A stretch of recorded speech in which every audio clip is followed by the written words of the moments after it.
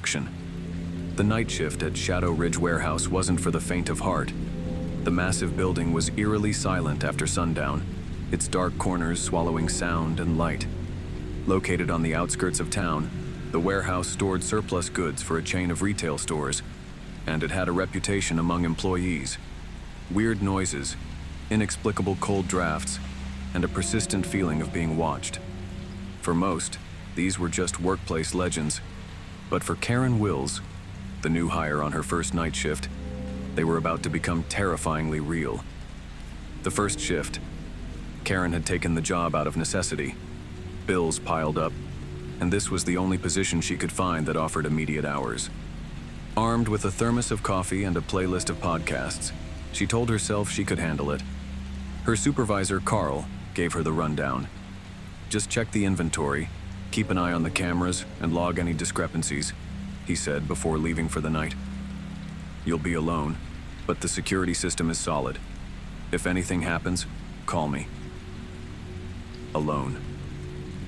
The word lingered in Karen's mind as Carl's taillights disappeared down the access road. She stood by the metal doors for a moment, clutching her jacket tighter. The cold air inside the warehouse seemed unnatural for late summer. Strange sounds. Karen set up her station in the break room, an area tucked into the corner of the warehouse. The faint hum of fluorescent lights buzzed overhead.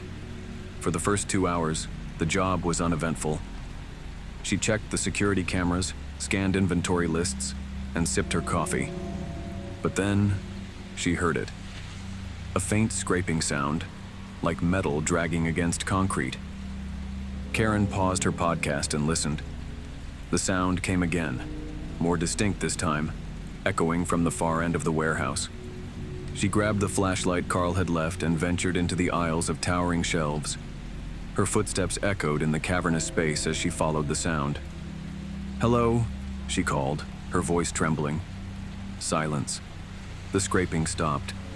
She stood still, the flashlight beam darting across boxes and pallets. Just as she was about to dismiss it as her imagination, a loud clang reverberated through the building. She spun around, heart pounding, and aimed the flashlight toward the noise. A metal box had fallen off a shelf, its contents spilled across the floor. Karen's rational mind kicked in. Probably just unstable stacking, she muttered, though her hands shook as she picked up the items. Yet, a nagging sensation of being watched refused to leave her. The figures on the cameras. Back in the break room, Karen reviewed the security footage. She scrubbed through the timeline, watching herself wander through the aisles. But then, something made her freeze. In one of the earlier frames just behind her, a shadowy figure lingered at the edge of the camera's view. It was humanoid but indistinct, almost blending into the darkness. She rewound the footage and zoomed in. The figure didn't move. It simply stood there. Karen's heart raced as she realized it was in the same aisle where she had found the fallen box. Swallowing her fear, she tried to rationalize it. Maybe it was a trick of the light or a glitch in the camera, but deep down she knew better. She checked the live feed, scanning all the angles. Everything appeared normal. No figures, no movement. Just rows of shelves bathed in the dim glow of security lights. The whispering voices' hours passed, and Karen tried to shake off the unease. She immersed herself in inventory, checking items against the database. But the quietness of the warehouse grew oppressive. Around 3 a.m., just as her eyelids began to droop, she heard it, faint whispering. The sound was barely audible, like a breeze carrying fragments of speech. Karen's head snapped up, her eyes scanning the room. The whispers grew louder, seemingly coming from everywhere at once. She clutched the flashlight and stepped out of the break room. "Who's there?" she demanded, her voice trembling. The whispers stopped. The silence that followed was even more unsettling. Karen's grip tightened on the flashlight as she edged toward the source of the sound, the central aisle. She turned a corner and froze. Stacked crates had been rearranged into a crude formation, almost resembling a chair. Karen backed away, her breathing shallow. She knew for certain she hadn't touched those crates earlier. The shadow moves. Karen returned to the break room, her nerves frayed. She checked the cameras again, her hands shaking. At first, everything seemed normal, but then she saw it. The shadowy figure was back, this time moving across the farthest aisle. The figure's movements were unnatural, jerky, yet deliberate. Karen's stomach churned as she watched it disappear behind a row of shelves. Suddenly, the live feed cut to static. She slammed her hand on the desk, cursing under her breath. A loud bang echoed from the loading dock. Karen jumped to her feet, adrenaline surging. She grabbed a wrench from the toolkit nearby and cautiously made her way toward the dock. The air grew colder with each step, and an overwhelming sense of dread settled over her. The encounter. The loading dock door was slightly ajar, swaying gently. Karen approached it, the wrench held tightly in her hand. As she reached out to close the door, a raspy voice whispered, "Why are you here?" Karen screamed and spun around, her flashlight beam slicing through the darkness. No one was there. She backed away, her pulse racing, and nearly tripped over a pallet jack. The whisper came again, closer this time. "Leave now." Tears streamed down her face as she bolted back to the break room. She grabbed her phone to call Carl, but the screen froze, then went black. The fluorescent lights flickered, plunging the room into intermittent darkness. A figure appeared in the doorway. It was the shadow, more defined now. Its form was grotesque, with elongated limbs and hollow eyes that seemed to absorb the light. Karen backed into the corner, clutching the wrench like a lifeline. "What do you want?" she cried. The figure tilted its head, as if confused by her question. Then it stepped forward, its movements slow and deliberate.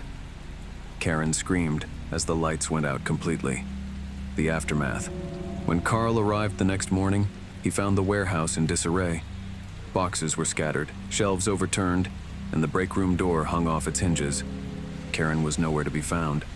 Her belongings, including her phone and thermos, were left behind. The security footage was corrupted, showing only static during the hours Karen was on shift. An investigation ensued, but no trace of her was ever discovered. The warehouse was eventually shut down, its reputation cemented as a place of unexplained horrors. To this day, locals speak of the Shadow Ridge warehouse and the girl who vanished on her first night shift.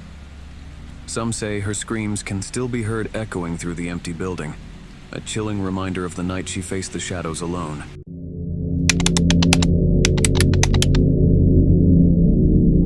Introduction. Working the night shift as a security guard wasn't David Carter's dream job, but it paid the bills. He'd been stationed at St. Anthony's Hospital for over 6 months, and although the hours were long and lonely, he liked the quiet. The hospital had recently shut down its old wing, and his main duty was to patrol it hourly.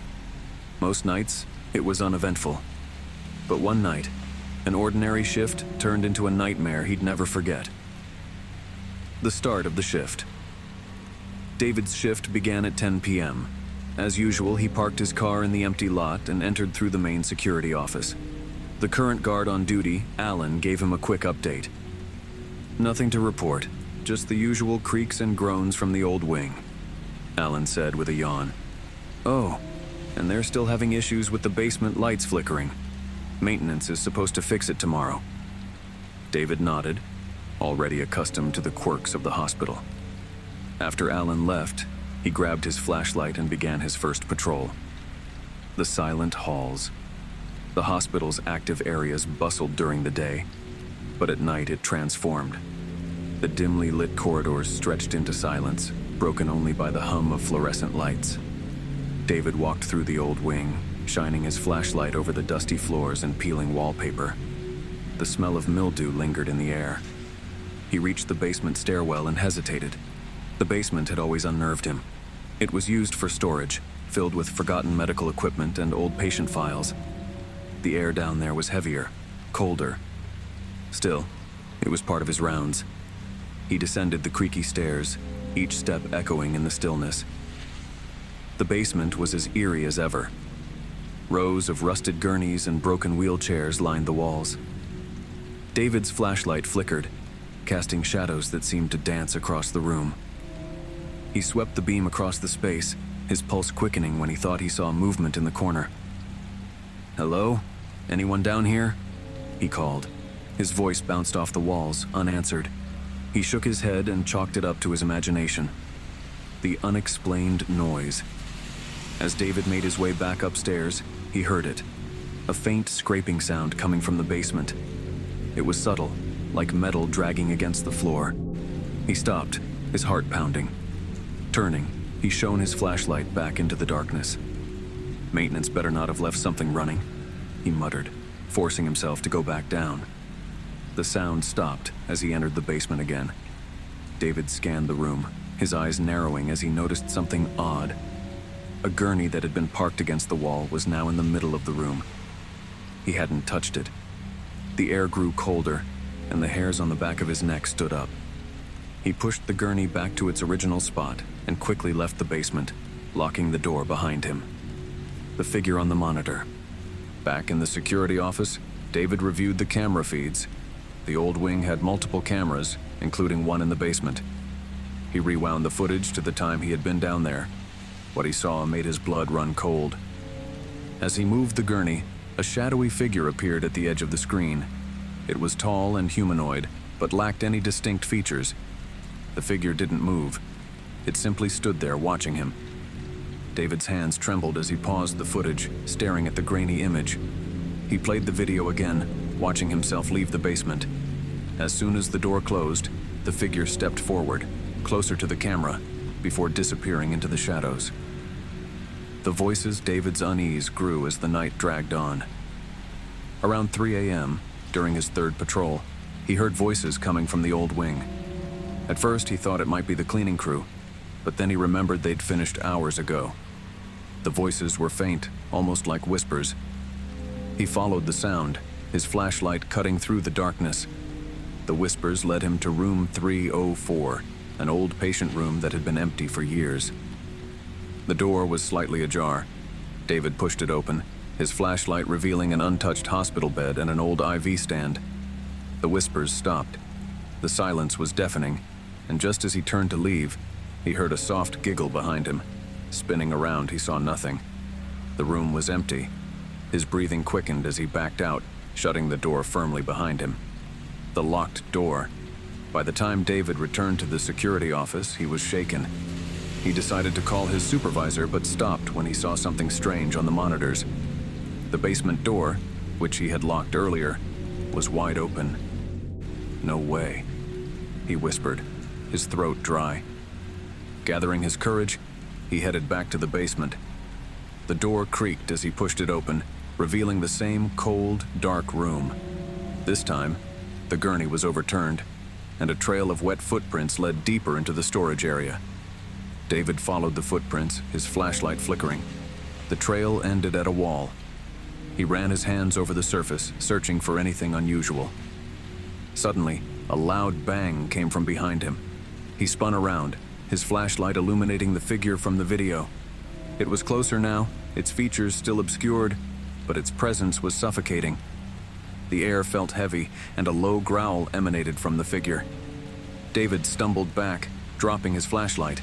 In the darkness, he heard the whisper again. "Why are you here?" The escape panicked. David bolted up the stairs, slamming the basement door behind him. He didn't stop running until he reached the security office. Grabbing his keys and bag, he didn't bother clocking out. He sped out of the hospital parking lot, vowing never to return. The next morning, he received a call from his supervisor. "David, we found your flashlight and jacket in the basement. Are you okay?" David didn't respond. He quit the job that day and never looked back. St. Anthony's Hospital eventually shut down the old wing permanently, citing structural issues. But David knew the truth. Something was down there, watching, waiting, and it didn't want to be disturbed. To this day, he can't forget the figure's hollow stare or the cold, oppressive air of the basement. He warns anyone who listens. If you ever work the night shift, be careful. Some places hold secrets better left undisturbed.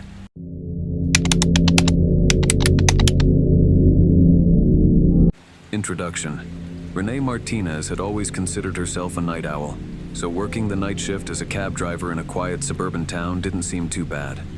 The streets were often empty after 10 p.m., and most of her passengers were either late-night workers or people coming home from bars. It was an easy gig, until one night changed everything. The call it was a little past 1 a.m. when Renee's dispatch radio crackled to life. "Cab 32, we've got a pickup request," the voice said. "End of Ridgewood Drive, near the old state highway." Renee frowned. Ridgewood was at the edge of town, near the abandoned industrial park. It wasn't a popular spot, but a fair was a fair.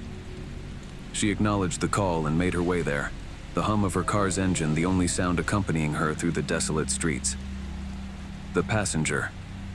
When Renee reached the pickup location, the area was eerily quiet.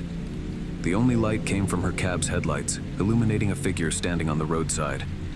The man was tall and thin, dressed in a dark coat that seemed too big for his frame. He didn't wave or approach the car. He just stood there, staring. Renee rolled down the passenger side window. "You call for a cab?" she asked. The man nodded silently and opened the back door, sliding into the seat. The smell of damp earth wafted into the car as he settled in. Renee glanced at him in the rearview mirror, but his face was obscured by the shadow of his hat. "Where to?" she asked. "Old Hollow Road," he said in a low, gravelly voice. Renee hesitated. Old Hollow Road was even more remote, leading deep into the woods on the outskirts of town. "That's pretty far out," she said. "You sure?" The man didn't respond. Instead, he leaned back in his seat, his hands resting on his lap. "All right," Renee muttered, putting the car into gear. "Your dime." The uneasy drive. As Renee drove, the town's lights faded, replaced by dense trees and the occasional reflective road sign. The man remained silent, his presence unnerving. Renee tried to make small talk to ease her discomfort. "So, you live out there?" she asked, glancing at him in the mirror. He didn't reply. "Visiting someone?" she pressed. Still nothing. Renee's grip tightened on the steering wheel. The silence was oppressive, broken only by the sound of the tires on the asphalt. She stole another glance in the mirror and froze. The man's face was now partially visible, but his features seemed off. His skin was pale, almost gray, and his eyes glinted faintly, like a predator's catching the moonlight. "You okay back there?" she asked, her voice trembling. He didn't answer, but a faint smile tugged at his lips, sending a chill down her spine. The shortcut feeling. A growing sense of unease, Renee decided to take a shortcut she knew through a less traveled road. It would shave off 10 minutes and get her done with the ride sooner. As she turned onto the gravel path, her headlights illuminated thick woods on either side. The man shifted in his seat. For the first time, he spoke. "You shouldn't have come this way," he said softly. Renee's heart skipped a beat. "What do you mean?" she asked, trying to keep her voice steady. He didn't respond, but his faint smile widened. The air in the cab grew colder, and Renee swore she could see her breath. She pressed harder on the accelerator, eager to get back onto a main road. The strange occurrence. As the car bumped along the gravel, the radio suddenly crackled to life. Static filled the cabin, followed by faint whispers. Renee glanced at the radio, confused. It wasn't even tuned to a station. "Probably interference," she muttered, trying to convince herself. The whispers grew louder, and she could swear she heard her name among them. "Turn it off," the man said suddenly. Renee jumped, fumbling with the dial. The radio went silent, but the unease remained. She glanced in the mirror again and gasped. The man was gone. The back seat was empty. The vanishing Renee slammed on the brakes, her heart racing. She twisted around in her seat, shining her flashlight into the back. Nothing. The seatbelt was still buckled, but the man was nowhere to be seen. She got out of the car, her flashlight cutting through the darkness. The woods were silent except for the distant sound of crickets. There was no sign of him, no footprints, nothing. As she stood there trying to make sense of what had happened, the hairs on her neck stood on end. She felt a presence behind her. Slowly, she turned. Standing a few feet away, just outside the beam of her flashlight, was the man. His pale face was expressionless, but his eyes glowed faintly in the dark. Renee backed away, her hands trembling. "Stay back!" she shouted, her voice echoing in the stillness. The man tilted his head, a faint chuckle escaping his lips. "You should have listened," he said. The chase Renee bolted for her car, slamming the door and locking it. She floored the accelerator, the tires kicking up gravel as she sped down the road. In her rearview mirror, she saw the man standing in the middle of the path, watching her. His figure grew smaller and smaller until it disappeared entirely. Breathing heavily, Renee finally reached the main road. She pulled over, trying to calm herself. Her hands shook as she gripped the steering wheel. "It's over," she whispered to herself. "It's over." But when she glanced at the mirror again, her blood turned to ice. The man was sitting in the back seat, his pale face inches from hers. The aftermath: Renee's car was found abandoned on Old Hollow Road the next morning. The engine was still running, and the driver's door was open. There was no sign of Renee, but her flashlight and phone were left behind. The last message she sent was to her dispatcher. "Something's wrong. Don't send anyone else." To this day, locals avoid Old Hollow Road at night, and Renee's disappearance remains unsolved. Cab drivers in the area whisper about the silent passenger, warning each other to never take fares near the woods after midnight. Some say Renee's still out there, driving aimlessly, her car a ghostly beacon for the unwary. Others believe she's become part of the legend, a cautionary tale for those who dare to brave the night.